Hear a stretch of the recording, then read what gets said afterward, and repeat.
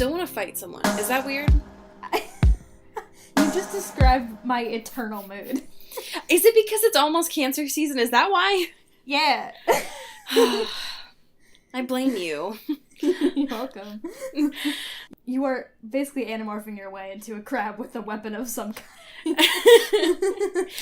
I woke up fully rested, and I took a nap still today. Like, I don't get it. I want to fight. Like, I don't... Who am I right now? Like, I don't understand. What have you done to me? Being a homebody, but also wanting to fight every living person you've ever met in your life.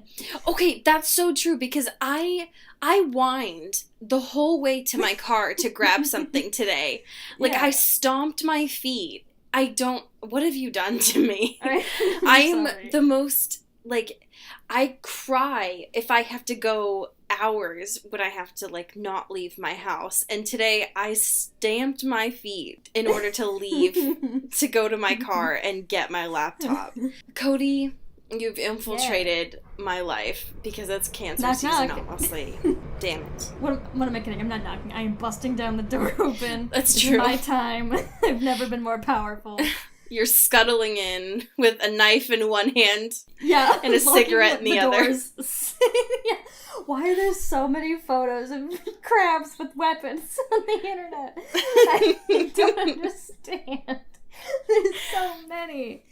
It's just so on brand. I don't understand. Where do they get them? Who's there to take these photos? Other crabs. Tiny cameras. Yep. They are the ones that have Google Glass still. Wow. Their little Instagram accounts. Yeah. Oh, welcome to Into the Twilight. I'm tired. How are you doing, Cody? I'm great. I'm sweating. Oh. It's 95 degrees. I want to jump off a bridge. Oh, shit. Well, fuck. If you don't hear from me, I am in Lake Michigan. That is where I live now. Gross. To see. Yeah, it is very gross, but this is the life I've led. You truly are a water sign. It's true, yeah. No matter how gross the water, it's my home. You're such a trash monster. Yeah. You really are the troll under the bridge, you know? Yeah. Oh my god. Cody, here's the thing. It's the first full day of summer for me. Yeah. And I feel like it's the day after a con, you know, when all of the sickness and the tiredness really catches up to you. Right. Because I am so exhausted for no goddamn reason. Like, I can't move. My body, it feels like gravity is so much higher in just, like, my direction right now. Just for me. Just specifically for me, which is the most Gemini thing I think I've ever said. Hi, guys. Have I ever mentioned how hard it is to be me? Yeah. There's a whole lot of other challenges that ordinary people don't get to face. Hi, everyone. Welcome to my YouTube video. Welcome to the story time. Things are just so hard for me right now. You just don't understand. Hey, plebes. Welcome to my story time. Things are just, like, so hard right now. Me like as Trisha Paytas, honestly. Yeah, fuck. Just, like, eating a burger on the floor, just, like, crying. Yeah, that's a mood, for sure. Honestly, also cancer season, you know what I mean? Fuck. Jesus. So that's where I'm at. But yeah, so school's out for summer, you know, and I'm already floundering without the structure. And I've just been watching Queer Eye on Netflix and crying a lot. Also, cancer season. Like, who am I right now? Like, just crying a lot. Welcome to my home. When I'm also looking at our announcements, and I'm, just to pull back the curtain a little bit, I'm usually the one who creates all of the announcements, so it's a big surprise when Cody comes to the pod and sees a bit of a drag. Well, here's the thing. I bring the structure, Cody brings the comedy. It's a great time. I bring the chaos. That's true. The chaos and the comedy, you know what I mean? But Cody contributed a little bit of our announcements here where it says, Cody becomes a skater boy.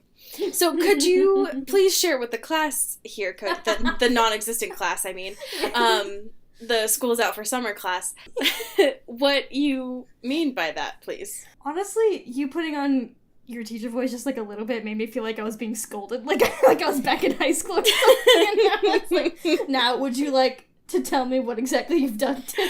What horrible mistake you've done? I'm usually not as passive-aggressive with my students. Hey, I got it. So, I stress bought a skateboard on eBay, right? Mood. Listen, school's out, and that means the second I'm done with classes, my school is like, oh, you don't get a Venture, or a subway pass anymore. Venture Capital card, brought to you by... It's a Venture Pass, so I don't want to localize this podcast too much. My subway card, or whatever, it's like, bye-bye, you have to pay for that. And I'm like, I'm a broke boy. And so usually, over the summer, when that happens, I become a walking boy. So I walk to work, and it's miserable, so I stress bought a skateboard, and I'm very bad at it, so we'll see if I make it. Did you also stress buy a helmet? It's... Cody! So this is also brought to you by next week, Concussion Boy. Listen, there was a time in my life where I knew how to skateboard. That time was several years ago, so I'm very rusty. But I am safely practicing, and I haven't died yet. Have I fallen several times? Yes, but I'm fine. Fair. As of now. That's fair. All I can imagine is the Rocky music with you just, like, practicing behind your apartment. Like, come on, get it together, Cody. Honestly, me, but I'm just listening to Carly Rae Jepsen and just, like, swearing at myself. That's fair. Oh my god, Cody. Okay, what? I forgot to tell you. So, speaking of Queer Eye and me living my best Pride Month, I went to go see Janelle Monáe this past week. And speaking of sexual and religious experiences, Jesus Christ, Cody. Yeah. Okay, wow, there was so many pride flags. There were so many cute people dressed in so many great outfits. There was a lot of smells. We were in an outside amphitheater, so if you know what I mean. You're like a mom who's like coming down to the basement of like her shithead son and being like, hey, so I noticed there's like a couple of smells going on here. Listen, I'm that asshole because I have asthma. Like, I'm that first person to cough. Yeah, you know what I mean? Like, I don't mean to be, but I am. You know? That's who you are. You can't taste that. Yeah, it's so bad. But, like, whatever. You know, taste your bliss. It's legal, but it's also federal crime. You know what I mean? So, like... But also, I'm calling the cops. But also, I'm a cop. No, it's you fine. shed your skin suit and you are a cop car. You're an inhaler with a police badge. Oh my god. Listening to Pink live was wow. Oh yeah. So great. All I'm saying was wow. All I'm saying was I like that. You know what I mean? Yeah. That's all I'm saying. Also, I have my Chromecast up right now and it's showing the Chicago Architecture Center. So can you get away from me right now because I feel attacked. Look at this cool architecture. We do have some cool architecture, so stop, get out of my life. I feel so attacked right now. Cancer season, baby. I'm coming for all your devices. I feel so like the FBI agent is like, hey, are you thinking of Cody? Here is Chicago. Yeah. Oh my god. Okay, so enough of the bullshit. Let's start talking about other bullshit, I guess. Let's cut to the bullshit, shall we? Let's cut to the real bullshit. Oh god, we do actually have current events because we skipped a week. Oh, also, thanks for that. My grandpa died, so thanks for giving me a week off to grieve. And if you all come for me, I'm gonna use my dead grandpa card for as long as I can. So. Oh my god. I'm not joking, I will, so. No, you're right. That's your right. I will use it. Chris is already tired of it. He's like, how long are you going to use this? And I'm like, for as long as I can. Forever. So, like, it's fine. I'm just saying, I will. Because I'm a selfish bastard. Okay. It's what he would have wanted. He definitely would. He told me to. Okay, so we got a listener question about this, so I think that it's probably best to start about it, because Cody was talking about it before we started recording. Cody, could you tell me a little bit more about Ariana Grande, Pete Davidson, and how our pets connects to this, please and thank you. Oh boy. Well, I'm not going to go into the whole thing. Thank you. Because that would be a different podcast. That would be this whole podcast. I could go for days, and I have been. But to briefly catch people up to speed, Pete Davidson, funny SNL boy, and also just resident shithead. Yes, he's and very Ariana good. Grande, tiny pop princess with also a ponytail. Also very good. Are dating and also reportedly engaged after like a couple weeks to a month of dating. Resident and there's tattoo a lot kids. and they have cute tattoos of each other. It's great. It's this whole thing. There are a lot of think pieces out. There's a lot of like timelines that people are making of their relationship or whatever. It's a lot great. Of red it's string. been consuming my life for the past like 48 hours, and that's fun. But the most recent development, which is unrelated to any of their actual relationship, is the fact that they were just making out at Robert Pattinson's birthday party. Yep. And that's really funny, because they seem like a couple, because listen, if you've been on any of their Instagrams, which I have been many times over the past week, they are quite literally obsessed with each other in like a really gross and adorable way.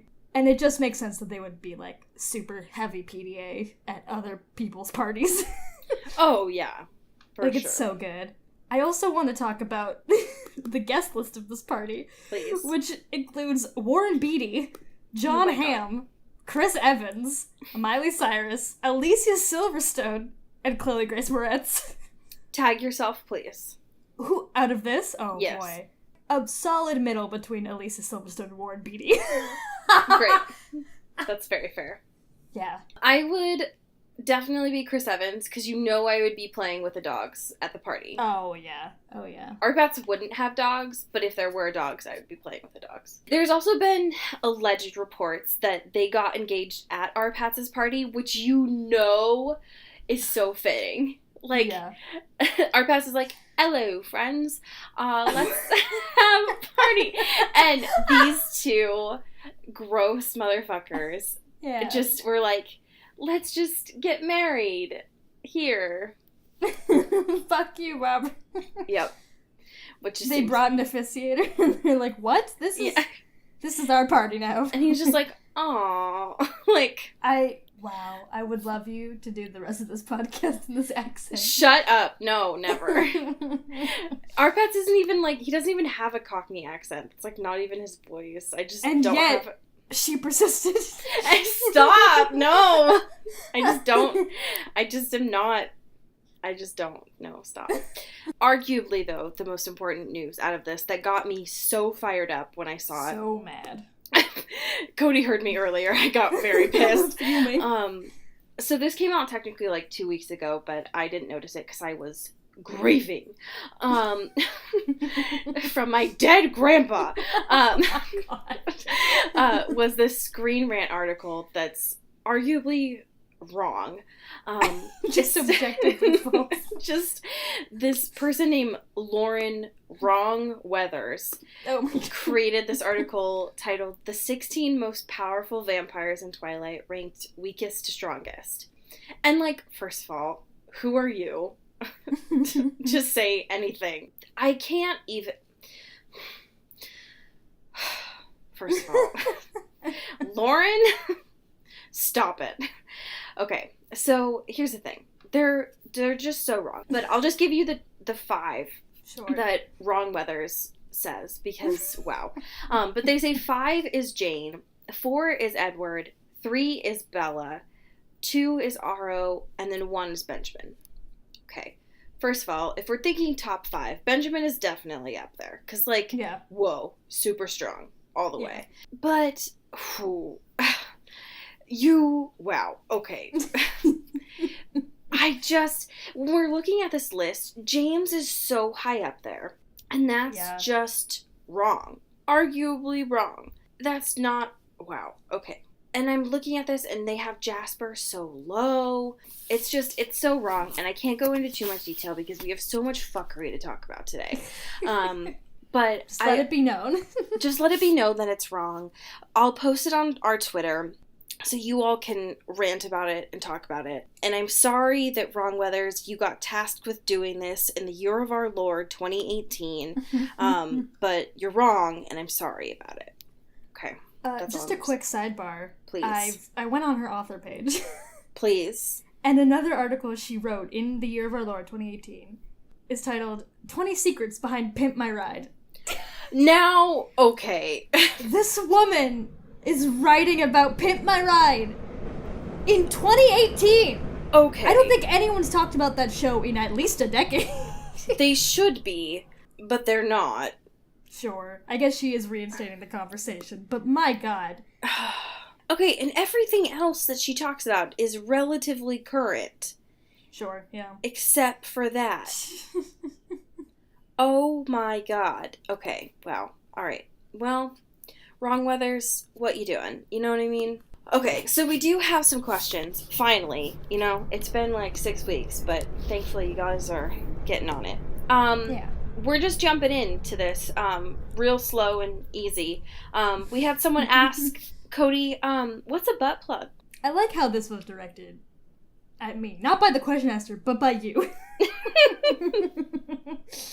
Yeah, I mean... This question was for either of us. Well, I just thought, you know, you work at a costume store, so... That's not... What?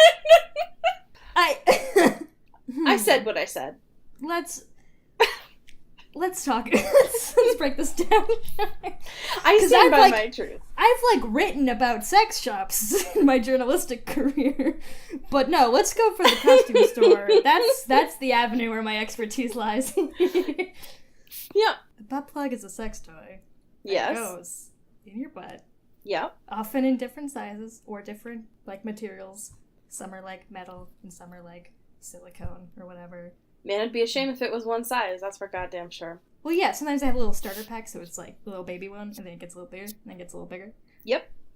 So you can ease your way into it, you know? Listen. Yep. Welcome to this podcast. We're talking about butt plugs. I mean, you had to know getting into 50 Shades that it was gonna come up at some point. They haven't done butt plugs yet. If they ever do. Yeah, yet. Who knows? Yep. And they plug. Great. Thank you. Thank you for that. That's my contribution to this. That's all I needed to say. Alright, so the next question. AU, where Bella and Anna know each other, how do you think that they would interact? Oh, God. This gives me hives, just thinking about it. The amount of just anxiety that would exist in that one space. Yeah. It's overwhelming. They would need to be in those balls that people are in water, in water parks, so that they stop falling. Something to keep them safe without getting bruises. Sure, yeah. Or in some sort of room that has pads so that they don't fall. But the idea of them sustaining a conversation about anything other than old literature makes me want to die a little. Yeah. But I mean, I guess if you give them some old books and, a sunny afternoon to read next to each other, maybe they would have fun. Yeah. Maybe. But, I don't know. They're too similar. No thanks. Yeah. Yikes. Okay, fuck, marry, kill. Christian Grey, Edward Cullen, and Mike Newton. Go, This is please. the worst question we've ever gotten. No, I'm not going first. You go first. Okay, well, obviously, kill Mike Newton. Ugh. Oh. Yeah, see? Okay, Isn't that obvious? That obvious? Nope, it's not that obvious. It's not that obvious. I changed my mind. I really hope this ends with you marrying Mike Newton. That would be fun. Okay. Here's how this is gonna go. Alright. I'm gonna kill Christian Grey. Yeah, okay. I'm gonna marry Edward Cullen. Okay. I'm gonna have Mike Newton eat me out. And that's it. No, you can't. Can't pick. You can't pick what happens. That's fuck category. Says who? Says the rules of this elementary school game. All right. Well, then I still stand by it. Fine, but that is a power move for sure. Yeah, I mean, he doesn't. I don't need to see him. I don't need to look at him. Yeah, I don't need to look him in the eye. You just keep your eyes closed. Yeah, just don't look at me. I don't want to be looked. I don't want to look at you. Exactly. Just don't really get near me at all. Oh, God. I don't want to know how poor of a person you are. Yeah. God, this is so hard. Like, I keep thinking of every option, and they're all bad. Exactly. I thought it was going to be easy, but then they're all bad. They're all bad people. I really want to kill Christian, right? That seems like the logical avenue here. That's the easiest out of them, right? That seems like the logical avenue here. Because Edward and Mike are both insufferable. Yeah, but at least I'm just thinking Edward is a blushing bride, right? And he'll keep to himself. I guess, but I also am trying to think who would be better at sex. And Mike Newton is not ranking pretty high on that list. Yeah, but at least Mike is a one-time thing. Sure, yeah. That might be the smartest move here. Right? Yeah. I'm doing a cost-benefit analysis in my head, and that's right. No, the numbers, I'm checking them out. I've got spreadsheets going. Yeah. Edward and I will be married, but it'll be more like business married. Right, like that's a strong power couple. Yeah, he's my business bride. All I can think about are those photos from last time, and it's like, yeah, that could work. Yeah, right. It'll be like it'll be a fun event. It'll be a fun time. We'll get a lot of good photos out of it, and then just never speak to each other. Exactly. Yeah. All right. I'm with you on this one. All right, that's what I freaking thought. Yeah. Now here's the thing. This has been all right so far. Sure. But now we gotta talk about Chapter 11 and this freaking contract, and I don't want to do it. It's gonna get bad. Yeah. Well.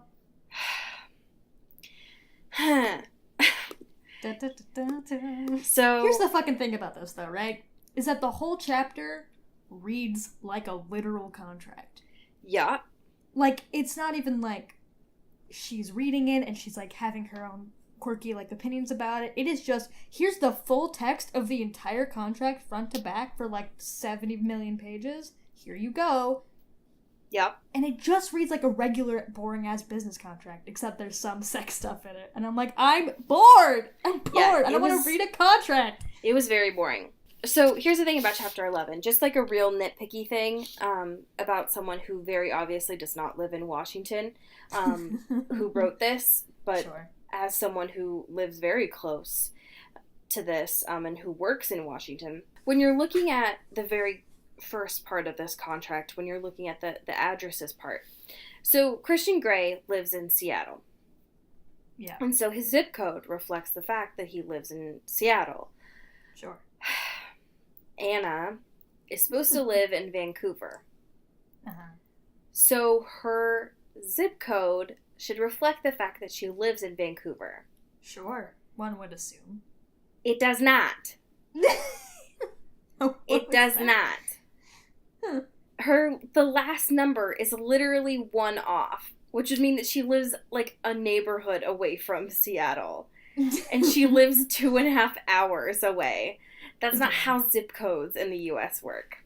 No.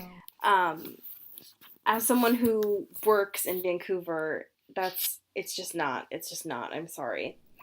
And it just was a nitpicky thing that really bothered me. Yeah. What editor was like, yeah, this is fine. Yeah. Anyways, yeah, the contract itself was really boring to read. Yeah. There were a few noteworthy things, just the fact that it's not even a relationship, just this thing between the two of them is supposed to last 3 months. Yeah. So that's something to do. But everything within it is very similar to what we talked about before, about, like, the food stuff, the training, the sleep, all of those kinds of things. We talked about finally got before. the birth control thing. Exactly. Yeah, so all of the things that he had proposed before, he had just written up into an actual, like, legally binding contract. Yeah. And I don't know why, but I think it's just because I'm not very familiar with contracts, but when I saw, like, the commencement date, I was like, whoa, like, their graduation date, and not like, oh, when they actually put the date on this. Freaking ridiculous. What? Are they graduating from sex school? It was so freaking ridiculous. It was very boring to read, and also just review from last time. Sure. Yeah. And I think I was also on the same page as you, that I thought her thoughts were going to be intermixed as she was reading it, but I think that it was just for consistency and, like, maybe comprehension that it wasn't put on there. But as she finishes reading it, obviously that's where all of her thoughts come in. And so she's like, oh, I cannot spend every weekend with him. Because it is, yeah. One of the stipulations is that she's supposed to have Friday, I think it's like Friday afternoon to Sunday afternoon or something, blocked off for him. And that's just, like, unrealistic, and also kind of promotes that isolationist behavior. That's like an abuse tactic. Because if you think that she's supposed to be working, right, and as most people who work very similar to, like, a 9-to-5, or even if you don't, when you come home from work, you don't usually want to go out with people. Usually it's like you have errands or you're exhausted, right? And so it's just kind of promoting that behavior, which is not good. Like, fuck your friends, fuck any social life you wanted to have. Or just, like, relaxation time. Or just, time to yourself. Exactly. And then one of the other stipulations that she's kind of processing at this time is that she can't look him in the eye, and she's not cool with that. And just can't touch him in general. Yeah, exactly. Unless he's like, you can touch me. She's kind of processing this in the fact that, like, she's realizing that this is not a relationship. And so she's kind of remembering the fact that he said, like, oh, I don't make love, like, I fuck. And she's like, oh, yeah, like, this is not really what I want. And so kind of thinking about these words. There are a lot of points within this contract where it, like, establishes, like, the actual, like, power dynamic, I guess, of the relationship, the nature of that, and how, like, uneven it is. Within this, it's supposed to be kind of like, in a perfect world, I guess, would be like a give and take thing, and both get pleasure from things, and blah, blah, blah, blah. But it's very much like, hi, I'm Christian, I'm the dominant. I can do whatever I want, and I can stop doing things whenever I want for any reason, and don't have to explain that to you. But you must get permission for me to do literally anything, to move, to breathe, to do anything. And, like, if you don't get permission, it's, like, fucked up. It's like, what I feel like there should be, like, a leveling of the expectations here. Exactly. It's no good. No. And she's thinking about this language, too, because she asked herself, like, am I submissive? And she's thinking about, like, maybe I misled him in the interview, and the fact that she's like, I'm shy, yeah, but submissive. And so she's trying to think about, like, she doesn't really know if she identifies with that kind of language before she goes off to bed. So when she wakes up in the morning, she realizes that she was out cold for quite a long time. And so Kate wakes her up because there's a package for her.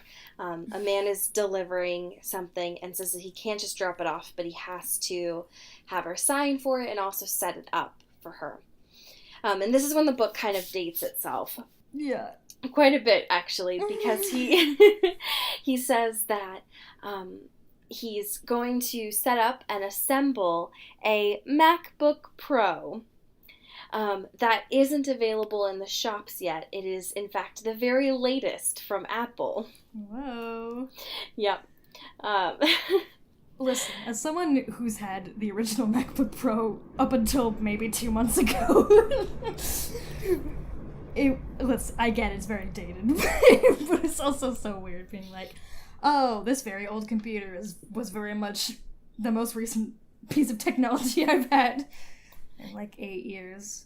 Yeah, I I got my MacBook Pro in 2011, and mine, I didn't update it. I had it until last November, I think. And that baby lasted me through hell and back. So I mean, there's a lot of language that Yale James uses here about it being sleek and silver and having a very large screen. Because this is clearly like 2010, 2011 when that computer came out, or like just before it, I guess, or whatever. But like it also makes it seem like it is like 2001, in which she is so fascinated by the concept of having her own email address and like sending emails, which I guess might not be something you do if you do not have a computer or anything, or like are not used to having that just in your life or whatever. But like having an email address is something you don't need a computer for necessarily, and I feel like if you're in college... How did she get through college? You have a email address, like, regardless of if you have a computer. She is acting like it is brand new technology to email someone, and it's just so weird contrasted with, like, this fresh new, like, computer. Like, what? What decade is this? I don't understand how she went through college, because I bet even at that point, the college still assigned you the standard educational email. Sure. I don't understand. I'm really annoyed that she got her computer on my birthday in this universe. Like, that's so disrespectful. I hate it a lot. But I love very much that she's like, so thanks for this computer on loan. And like, she's shading him so much. It's very good to me. And one of the weirdest things about it, aside from the fact that he's like Later's baby, which kill me, please. Yeah, baby.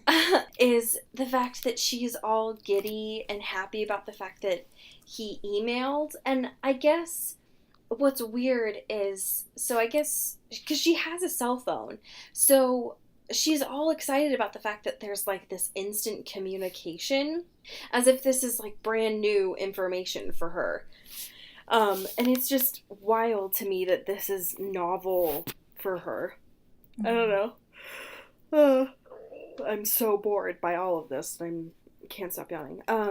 Also, Jose is back in the picture, which is so boring to me because they want to see each other, and it's like, oh god, E.L. James, nobody cares about any of this. They keep emailing, and it's literally about nothing. Other than one thing I hate about these emails, please. several things, is that Christian is one of those people that in the same email thread will change the subject of the email to be snarky. It's so bad. And it's the fucking worst. I hate those kind of people. It's him just having another, like, one-up on her, and it's just like, please stop. Please stop. Yep. I hate it. Those kind of people are very annoying to me because it's so hard to find those emails. Yeah. It's like I'm trying to organize my inbox, and you're making it really hard for me. Please stop. Thanks. And also, stop being passive-aggressive. Yeah, so, thanks. Yes. I would appreciate that. Yeah. Yes, so he's trying to force her to do research and also go to bed, which is gross. I guess not at this time. He's not trying to make her go to bed because I don't know how to read military time. I think it's 6 o'clock. I think it's 6 o'clock. Subtract 12. Subtract 12. Math is so hard. Please don't. You're a teacher. Not in math. Anyways, it says after these emails, she types submissive into Wikipedia, which, like, ooh, Anna, I'm so sorry. The fact that he suggests it, though, also, like, that's on him. She's like, so what do I Google? What do I do? And he's like, well, your first place should always be Wikipedia, the most trustful, reliable source on the internet. Especially in 2011. Are you kidding me? Like, what the fuck is happening? Yeah, actually, Anna, I want you to type submissive into Tumblr. How about you try 4chan, Anna? Like, ugh. You never heard of it? God. And so this chapter ends with her being apparently shocked and queasy, fair enough, and with her using very interesting word choices like moist and integral part of me. So great. And then the last 3 sentences of the chapter are, holy shit, could I do this? I need space. I need to think. So yikes. And then there's chapter 12. Ba-ba-ba. No. And it starts off with Anna taking a run. Yeah. She needs to think. And you know, when you take a run and you need to think, what music do you usually do that to? Is it Beyonce? Sure. Is it Carly Rae Jepsen? Sure, all reasonable. Is it Kings of Leon? Sure, if we want to be heavy-handed with the sex metaphors, yeah, sure. Or is it Snow Patrol? Now. Like Anastasia Steele does. Yeah.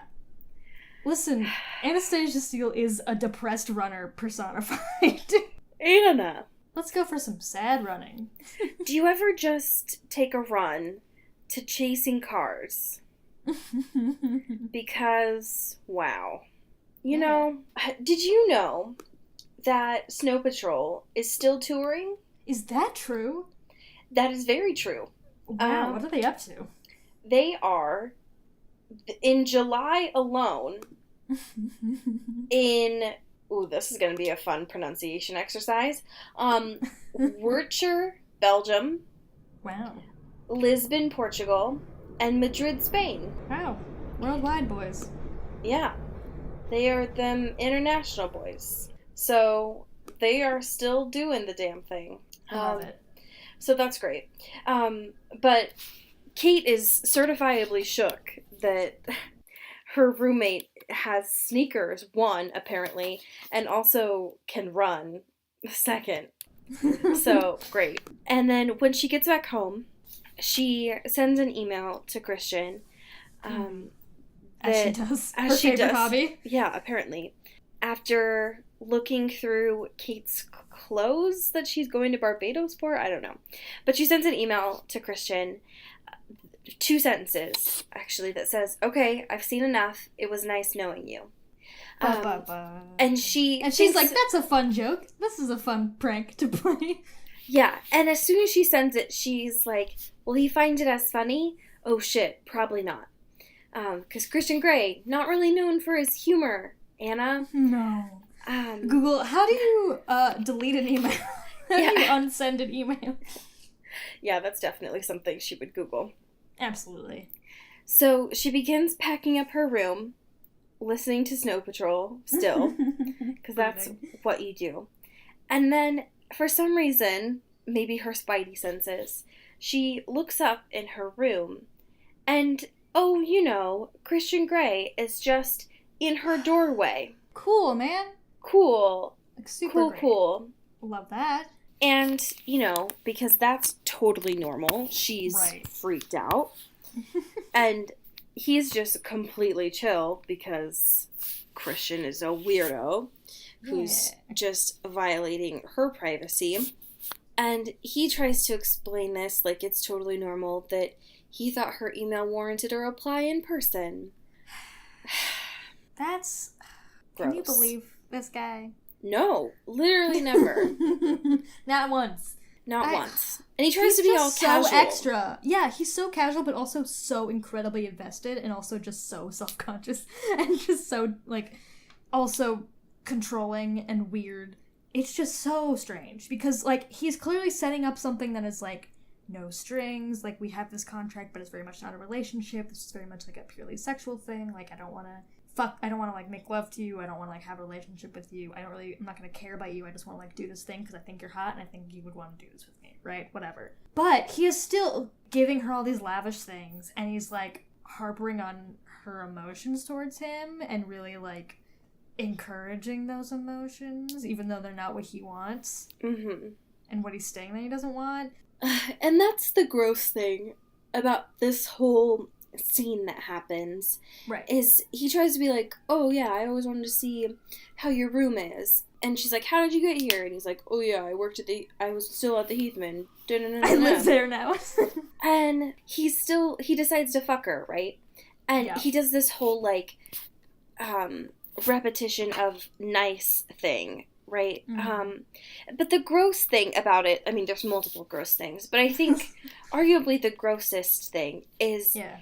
the whole point of this contract was to get her explicit consent for this dynamic.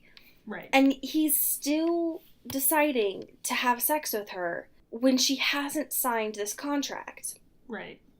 And it makes no sense. Like, what the fuck is the point of it if she's read it and she has very much, like, questions and concerns, Right. but you're just going to completely disregard that whole thing? It's just so manipulative because he's like, especially with the nice thing too, he keeps being like, well, this is nice. Don't you like this? Like, isn't this what you want? Like, me fucking you like this? Like, isn't this what you want?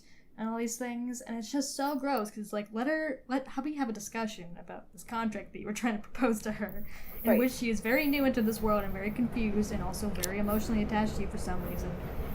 It's like, just you giving, giving her more reasons to, like, want to consider this without really, like, thinking about it is gross. Especially because, so, it goes on for, like, I don't know, 6-7 pages or A something. million years. Yeah, forever. Of him having sex with her, basically. Mhm. And then making plans to see each other on Wednesday. And then as soon as he leaves, she starts sobbing. Yeah. Because she's not happy. And even though in the moment she was caught up in all of those emotions, as soon as she leaves and she has time to, like, think about it for a second, she's upset. Because that's not what she really wants. Like, she wants a relationship because this is her first time with it, right? And so Kate comes in and she's able to kind of explain what's happening, right? Right. She explains the situation of, like, sending the email, and she wasn't really planning on him coming there, but just, like, replying by the email and stuff. And she says straight up to Kate of, like, he uses sex as a weapon. And it's like, that's not what you want a partner to do. Even if, like, you are into, like, actual BDSM, it's not supposed to be a weapon. Right. Ever. It's supposed to be what you want it to be, what you decide as, like, a partner or in a group situation, but it's still supposed to be consensual within your situations. Yeah. It's never supposed to be weapons. Ideally, this relationship with her would be her being very excited to do this with him, and vice versa. Whereas what's happening now is that he is actively trying to find ways to make her feel like there's no other option because she is so invested in this guy, right? Yeah. Because she's like, oh, well, I really like the way that he makes me feel is really good, and I like having sex like this, and, like, whatever, and I really like him as a person or whatever, and I don't want to lose that, so the only way I can maintain this relationship is if I do this, like, thing with him, and I guess that's something I'm willing to do to be able to continue having sex with this guy. Mm-hmm. And it's like, that shouldn't be the attitude going into, like, something of this stature, right? Like, that's not the ideal starting point of a relationship. Of any kind, sexual or romantic. Well, and I feel like she's conflating the newness with excitement. Yeah. When, like, the idea of any sort of relationship is as soon as they leave, you don't just, like, bust into tears. You know, like, that's not ideal. No. And so, I don't know. It's just not good. And so, when she ends up sending, as soon as she checks her laptop, there was an email from him, which, like, Also, don't they have each other's phone numbers? Yeah. I fucking hate this. Why are they emailing each other? This is not something I want on public record on my email account. I know. I don't get it. This is gross. I hate them. They're nasty. And the thing about it, too, is it's such a, like, what he sends her is so gross because he's like, Miss Steele, I look forward to receiving your notes on the contract. And so it's like he knows that the contract still exists. Like it wasn't even a lapse in his memory. He just like intentionally disregarded it. So gross. And then he's like, until then, sleep well, baby.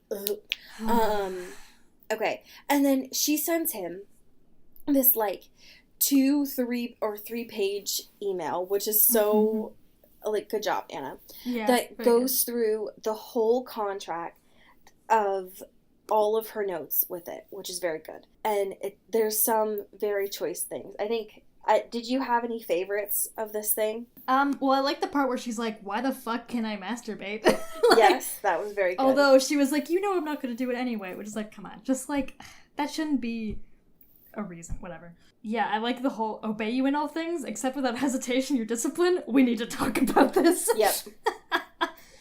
That's pretty good. Yeah, I like I can't commit every weekend. I do have a life, or will have. And just the, like, she's just defining everything, which I love a lot. Mm-hmm. And the food part of just, like, I'm not eating what you want me to eat. That's just not happening. Go fuck yourself. And, like, the talking about the exercise thing, because they had agreed on a different number. And she's like, actually, this still says your number, so... I noticed a little typo here. We did say 3 hours of exercise. So, yeah. And he has the audacity to email her back and is like, that's a long list. And it's like, motherfucker, this is a negotiation. Exactly. Come on. You're a businessman. Yeah. And then he has the audacity to tell her, like, when she responds, like, go to bed. And it's like, first of all... Mm-hmm. Don't tell me what to do. Yeah, hey, how about that's not? Yeah, that's not how things go. And that's where chapter 12 ends. Him being Grosstown, so... So, next week is chapters 13 and 14. Ow! So, we should see them kind of finalizing this contract, hopefully. Sure. I have no idea, so let's see. Who knows? Yeah, honestly, who knows? So, but until then, thank you so much to our patrons.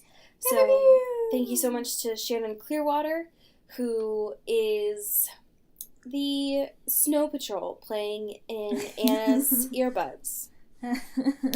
Shout out to Jessica Stanley, who is Anna's worried parents, just calling her and while she's having sex. Yep.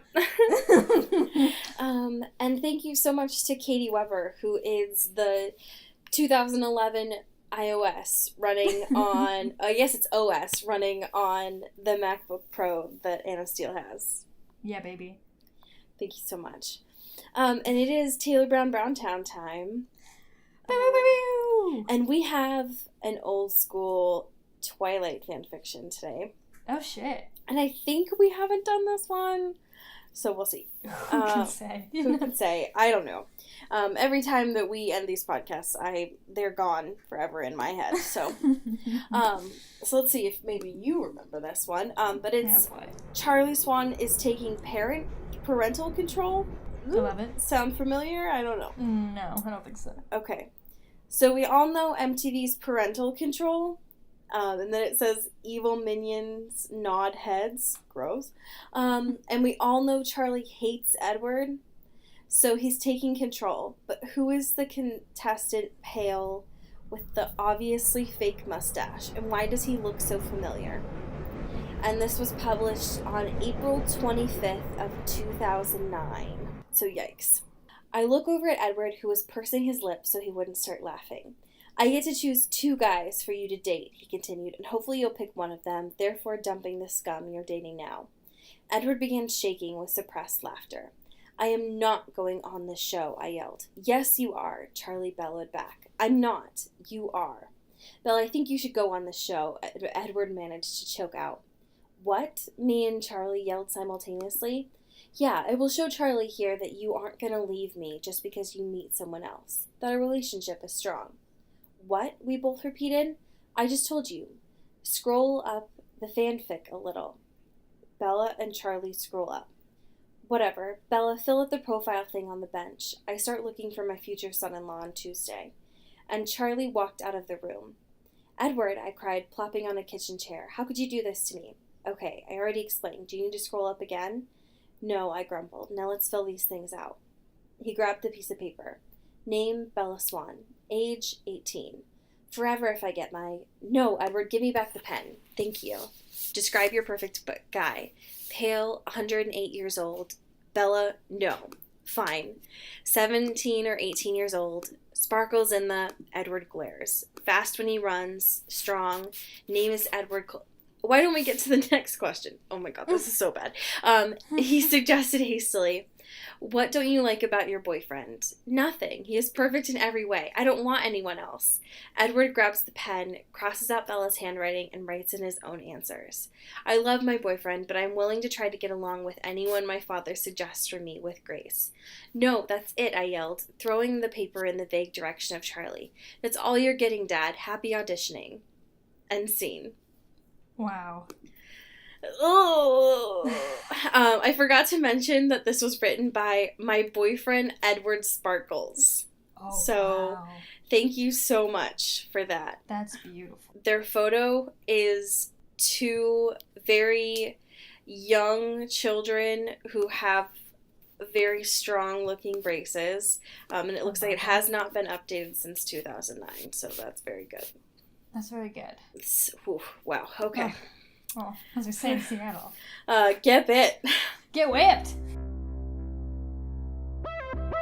This is an Earbud Media production. You can find us on Twitter at Earbud Media and listen to the rest of our shows. You can find this show on Twitter at Into the Twilight, as well as intothetwilight.show. You can send us an email at intothetwilightshow@gmail.com. You can also become a sponsor of the show or buy some merch at intothetwilight.bigcartel.com. Our art is done by Maddie Padilla, who you can find at YourGhostHost44 on Instagram, and our music is done by Eli Krause, you can find at Eli Sauerkraus and KrauseFilms.com. The intro and outro is by KB Smith, who you can find at KB__Smith on Twitter. You can find Allie on Twitter at Into Wild Places, and you can find me at Dyke Discourse.